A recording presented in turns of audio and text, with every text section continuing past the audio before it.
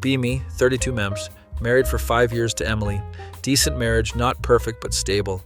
We both work full-time, good income, no kids yet, but talking about it, Emily mentions girls' trip with her college friends. Just a weekend getaway to Miami. Totally cool with it, encourage her to have fun. She's been working hard, deserves a break, help her pack, even drive her to airport, kiss goodbye, tell her to have fun. Weekend is pretty chill for me. Play video games, order pizza, watch sports, living the bachelor life for a couple days. Sunday evening, scrolling through Instagram. See post from Emily's friend Sarah, group photo at Miami Beach. Emily and 3 other girls posing. Wait a minute. Zoom in on background. Some dude in swimming trunks walking toward them. Looks familiar. Holy crap. It's Mike, Emily's ex from college. They dated for like 3 years before me. Messy breakup because he cheated. She always said she hated him. My stomach drops. Keep scrolling through Sarah's posts. Another photo from dinner. Emily, all her friends, and Mike at some fancy restaurant. He's sitting right next to my wife, his arm around her chair. Check Emily's Instagram. Nothing posted since before the trip. Weird, since she usually posts everything. Check her other friends' accounts. More photos. Mike is in all of them. In one.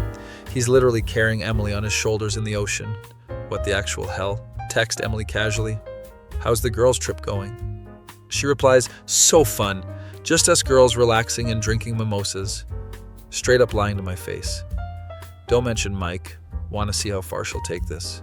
Monday evening, pick her up from airport. She's tanned, looks happy, talks about all the girl activities they did, shopping, beach, clubs, spa day, never mentions Mike once. Drive home in silence, my mind racing. Can't sleep that night. Next morning, wait until she's in shower. Check her phone, never done this before. Find text thread with Mike. Been messaging for months, planning this coincidental meetup. Messages get increasingly flirty. Most recent ones from the trip. Had so much fun last night. Just like old times. Wish you were still here. Pictures exchanged that I can't bring myself to open. Put phone back exactly where it was. Go to work. Can't concentrate. Keep thinking about confrontation options. Direct approach. Gather more evidence. Talk to her friends. Decide to play it cool for now. Observe. She's acting normal, maybe too normal. Overly affectionate, making my favorite dinner, guilt behavior. Next day, get email notification, joint credit card statement, scroll through transactions from Miami, hotel room upgrade to Ocean View Suite. Didn't think anything of it at first. Wait, why upgrade a room if sharing with girlfriends? Check hotel website. Ocean View Suites have king beds, not doubles. Pieces starting to fit together. 1 week passes, living in weird limbo, pretending everything is normal while dying inside. Friday night, Emily says she's meeting Sarah for drinks. Don't wait up, might be late. Nod and say have fun. Wait 30 minutes after she leaves. Drive downtown, park near Sarah's apartment building. See Emily's car parked on street. Weird. They usually meet at bars. Wait in my car, feeling like a stalker in my own marriage. 2 hours later, Emily emerges from building. But it's not Sarah's building, it's Mike's. She's straightening her clothes, fixing her hair, gets in car, drives away. Don't follow, just sit there processing. Take photos of her car parked there, timestamp.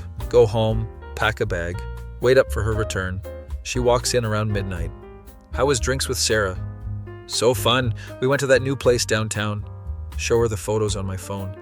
Weird, because you were at Mike's apartment for 2 hours. Her face goes white. Starts the typical routine. It's not what you think. We're just friends. Nothing happened.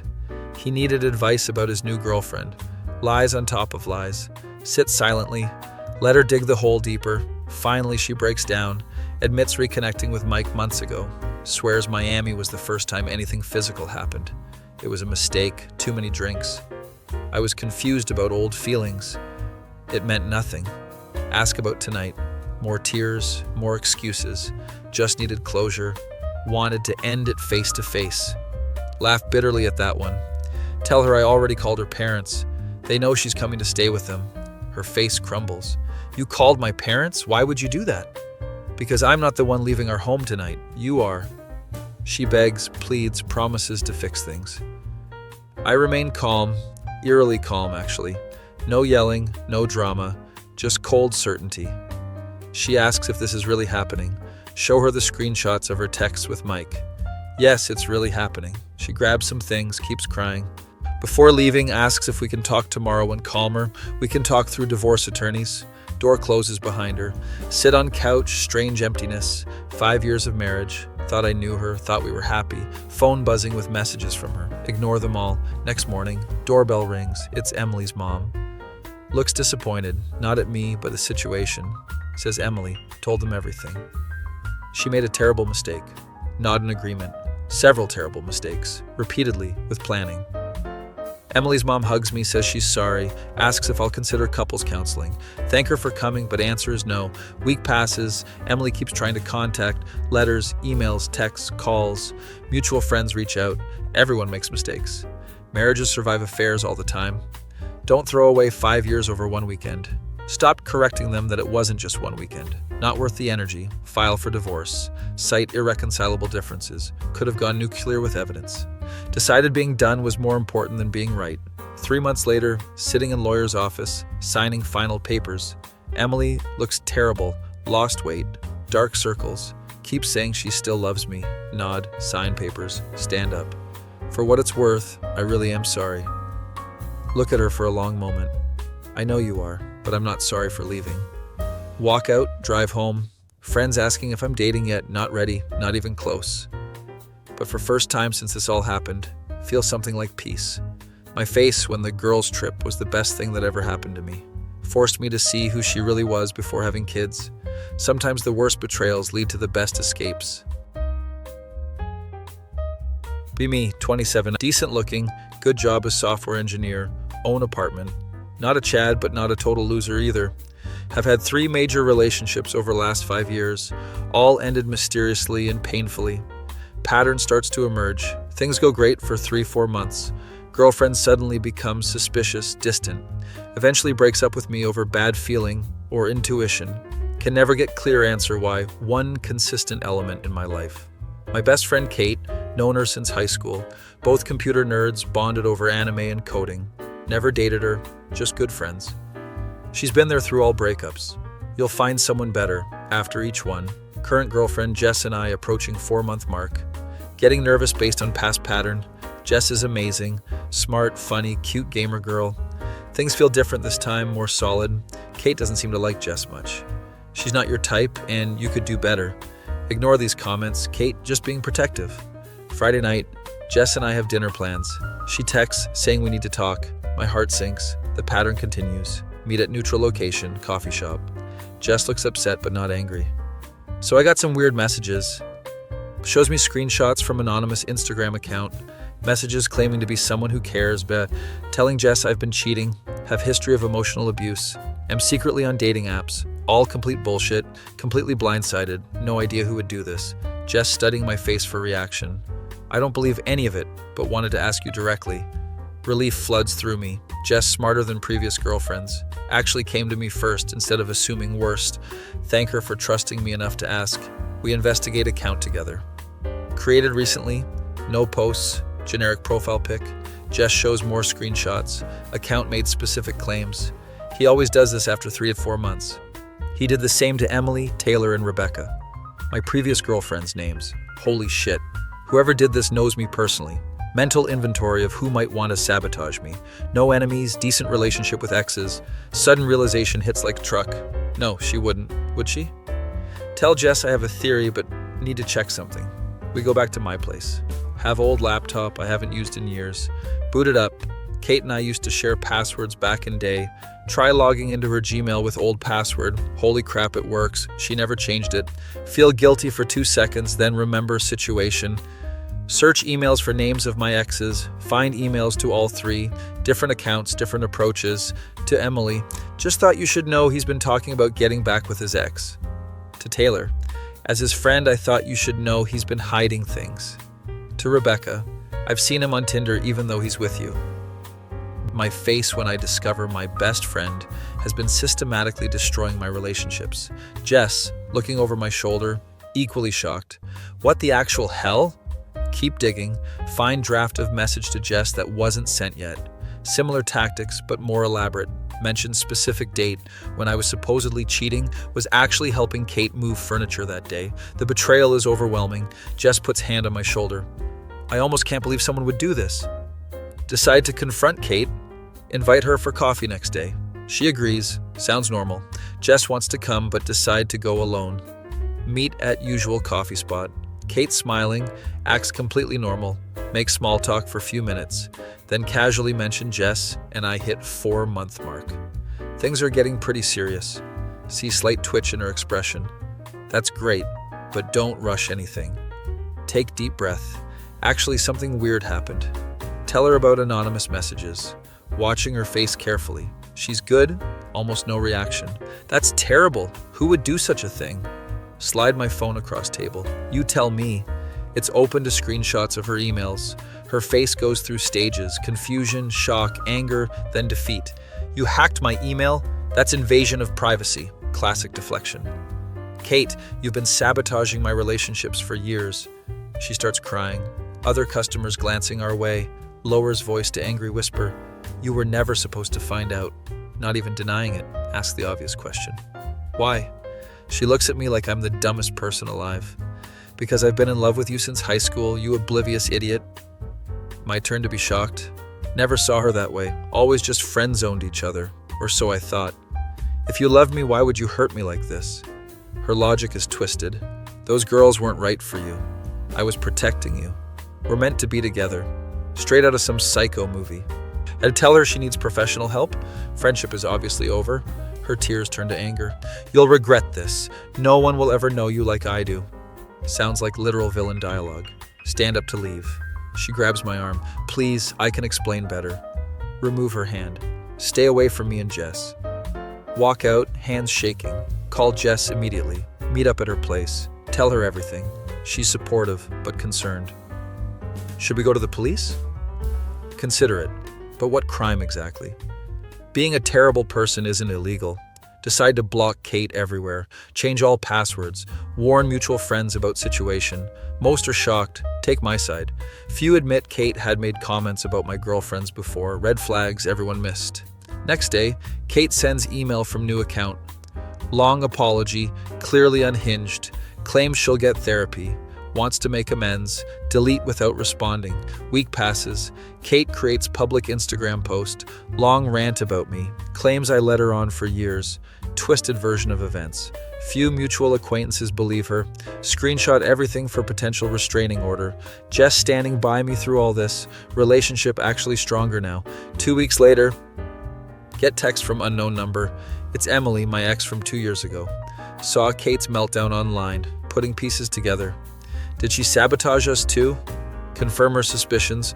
Long conversation, clearing air. Similar texts from Taylor and Rebecca follow.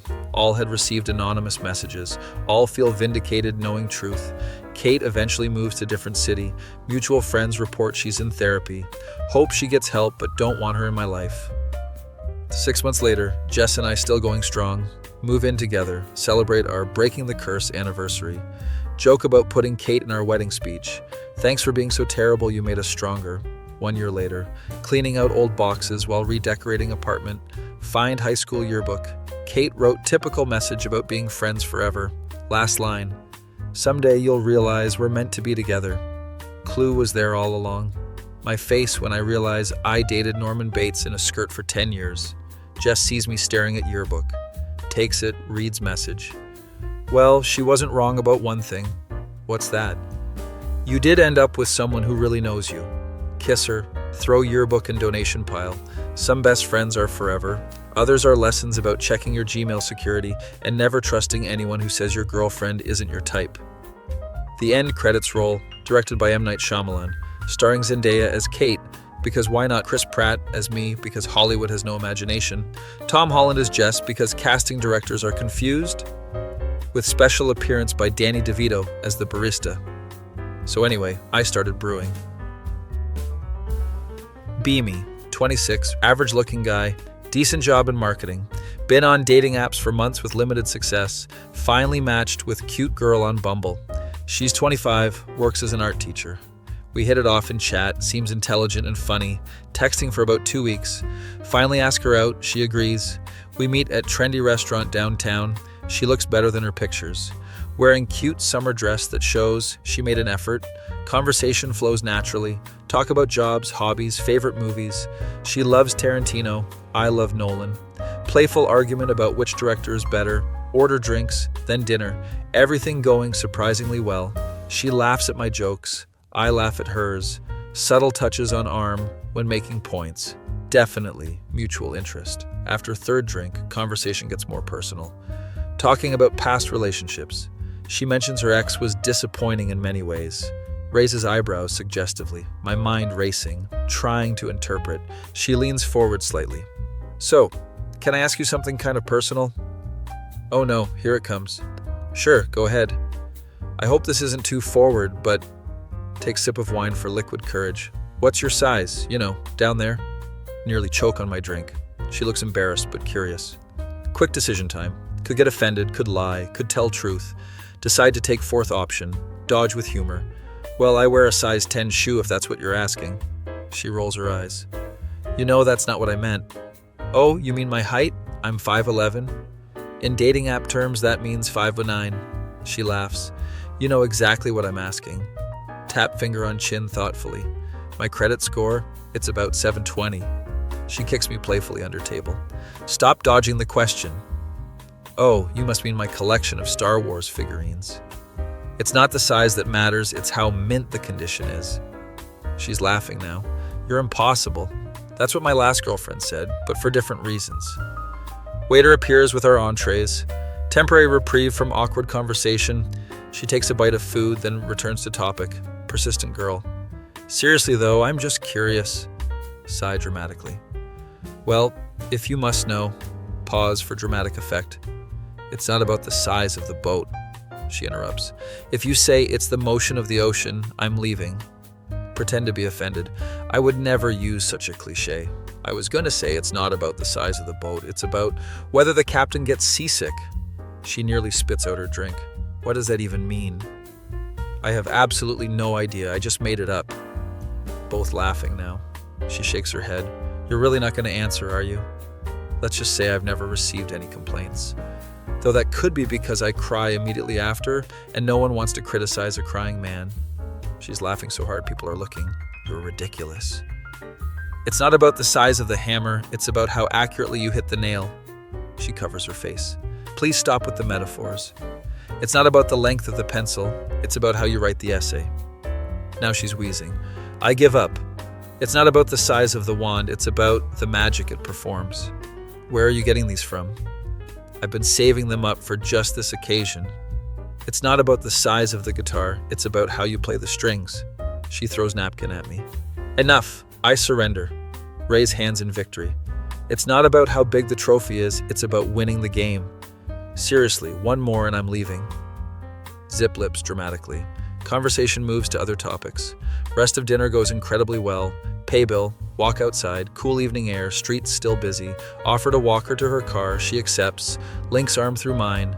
Reach her car, awkward moment. She looks up at me. I had a really great time tonight. Even though you never answered my question. Smile down at her. It's not about the size of the...